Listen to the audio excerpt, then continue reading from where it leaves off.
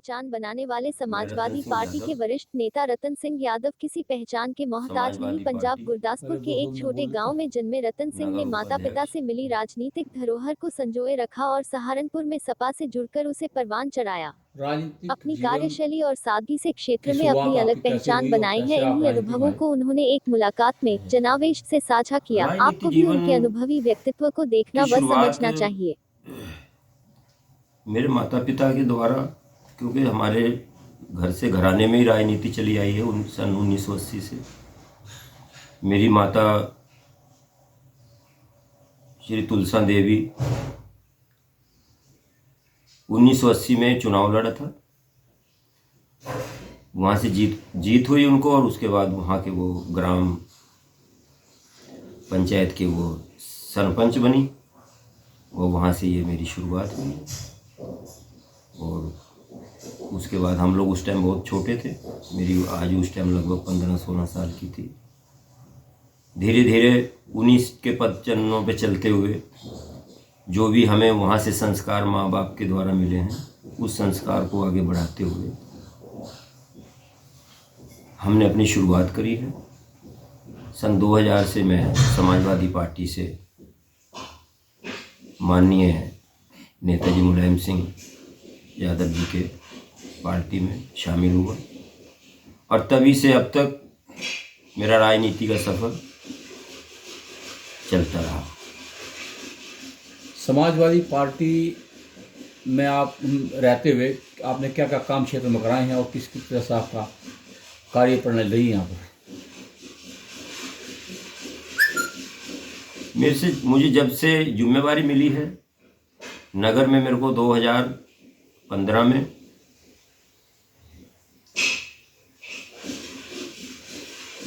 नगर उपाध्यक्ष बनाया गया, और उसके साथ से ही मैंने ये जिम्मेवारियां उठाई हैं, और तब से लगातार समाजवादी की नीतियों को, समाजवादी पार्टी की नीतियों को मैंने आगे बढ़ाने का काम करा है, उसको जन जन तक पहुंचाने का काम किया है। उसके बीच में जो भी कार्य हुए हैं, चाहे वो शहर के रहे हों या खलासी लैन सेक्टर 12 के रहे हों, कहीं के रहे हों, छठ पूजा को लेके मामला आया वो भी पूर्ण रूप से कराया गया। लेबर कॉलोनी शारदा नगर, पेपर मिल रोड, जहाँ जो चीज़ आई है समाजवादी पार्टी के रहते हुए हमने उस कार्य को किया है, और लोगों में गए हैं, और लोगों के बीच में उस जन जन को पहुंचाने का भी काम किया है। आप सहारनपुर प्राधिकरण के सदस्य के रूप में रहे हैं, और उस दौरान आपने क्या क्या कार्य क्षेत्र में कराए हैं, क्या क्या आपने जनता को?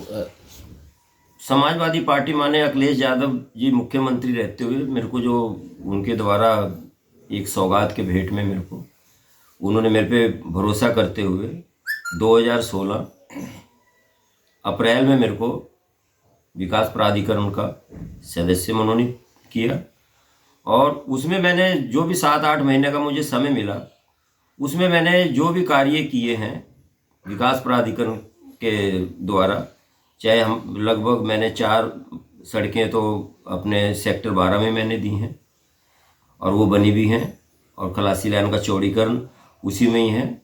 इसी तरीके जो पेपर मिल रोड है, पेपर मिल रोड अक्सर बहुत बुरा हाल हो जाता था, साल 6 महीने में वो टूट जाता था। बोर्ड मीटिंग में मैंने वो बात रख के उस पेपर मिल रोड को मैंने यहाँ से जो ये विश्वकर्मा चौक से लेके फाटक तक उस सड़क का निर्माण कराने का काम मैंने विकास प्राधिकरण से किया।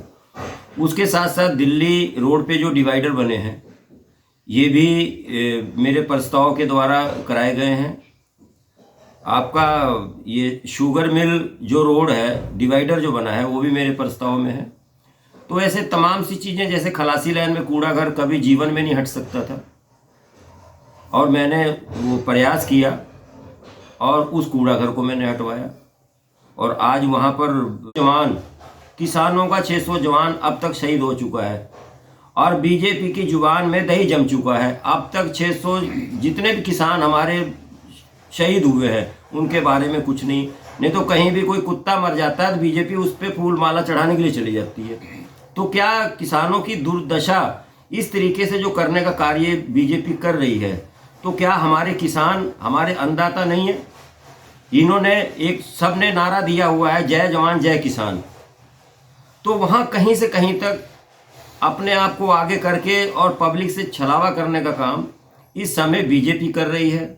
चाहे वो लखीमपुर का कांड हो, लखीमपुर में देख लो अब क्या हुआ। ये हमें गुंडा कहते हैं, हमारी सरकार को गुंडा कहते हैं। महागुंडे खुद अपने आप को महागुंडे के रूप में जाने जा रहे हैं। तमाम सी चीजें हैं, क्योंकि जनता ऊब चुकी है। आने वाला टाइम 2022 में समाजवादी का है, 350 पार जाएगी समाजवादी इस बार। और हम लोग 2022 में समाजवादी की सरकार माननीय राष्ट्रीय अध्यक्ष जी के नेतृत्व में सरकार बनने जा रही है। 22 की क्या तैयारी है आप लोगों की? किस मुद्दों पर आप सरकार चुनाव लड़ेंगे? क्या मुद्दे आपके रहेंगे सरकार?